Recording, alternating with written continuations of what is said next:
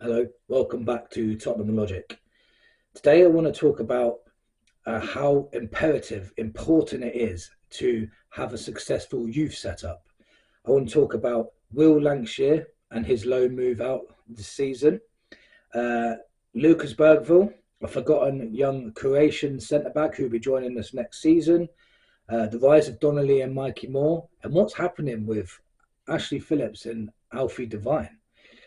But before I get into this, if you see me for the first time, my name is Alan Richardson. I talk everything Tottenham. I probably post 4 to 5 videos per week, and I answer to all comments. Love chatting to all the Spurs fans and hearing their views.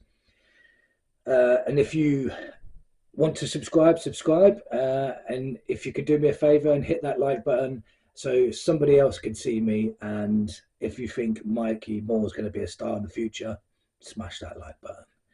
So, first of all, I want to talk about Will Lankshear. There's lots of reports today about him having a loan move to Middlesbrough. Last season, he got the Under 21s Player of the Year. If you've not heard of him, he's our Under 21 striker. He scored 24 goals in 25 games last season, got Player of the Year. He's a big old boy. He's a good finisher. He doesn't finish all his chances, but he's young. That's what happens. Reminds me a little bit of Harry Kane, but he's not on that level just yet. I'd love to see him join Middlesbrough on loan. They're on the Championship at the moment, so a lot higher level than the under-21s. So I think that would be a brilliant move. And let's face it, if he has an okay season there, they like him.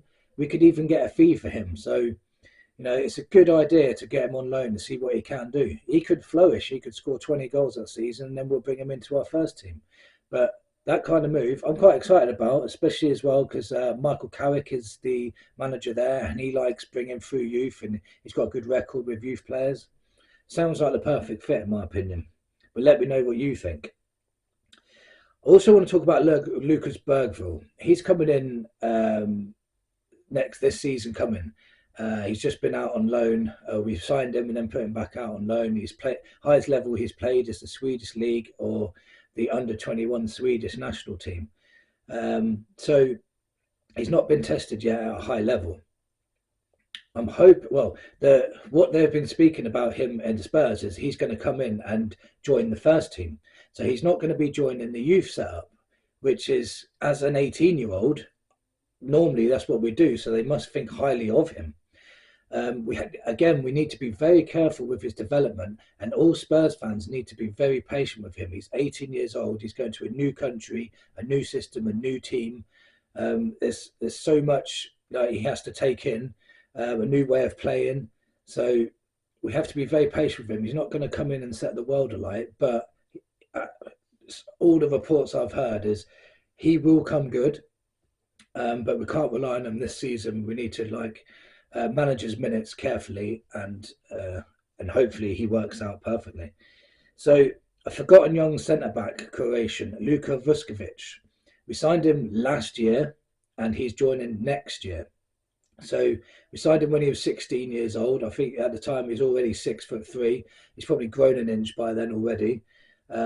He's one of the next best things to come out of Croatia. But when he comes to us next year, he's going to be 18 years old.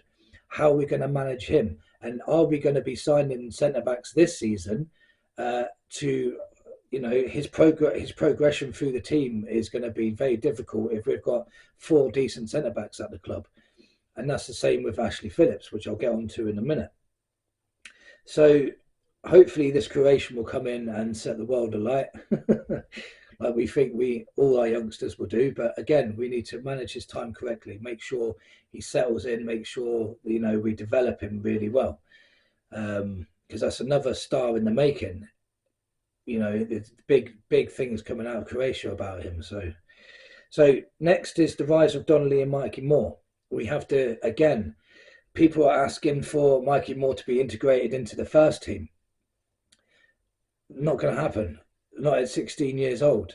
And if it did happen and we delayed his progress, who's going to get the blame? Postecoglou. He shouldn't have brought him in. He's ruined his career, blah, blah, blah. again, he could come in at 16 and score 10 goals and get 10 assists, and everyone will say he's a genius. But you have to be careful with their careers at this stage. It's very important.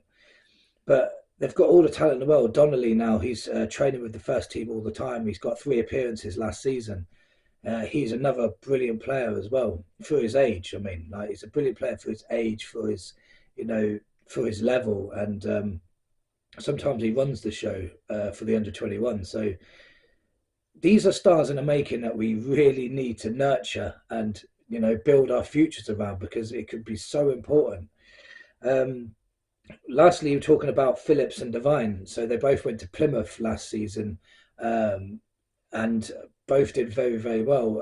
Phillips got rave reviews. Devine got very, very good reviews as well, and they were, you know, not at a level where you think, oh, they can be trucked straight into the first team, but their potential is so high as well. And you know, it took Harry Kane a long time to break through to Spurs. I think he went out on loan 3 or 4 times before he came back and finally was our first team player. And that's because we had injuries to strikers, so he still wouldn't have got a chance even if our strikers were fit. So you've got to remember, it's not easy to jump from the youth level to a higher level. Okay, so like, these are the benefits of having a decent youth system and nurturing it. So there'll be no fee for the player. So if we get a superstar come through the youth like Harry Kane, we didn't pay a penny for him. The player will have a passion for the club. So they've been brought through. They've probably been playing for Spurs since they were 12. They'll have a passion to play for the first team. It's great for fans. It's great for fans to see an academy player come through, so we can sing they're one of our own and be proud of them coming through the youth setup.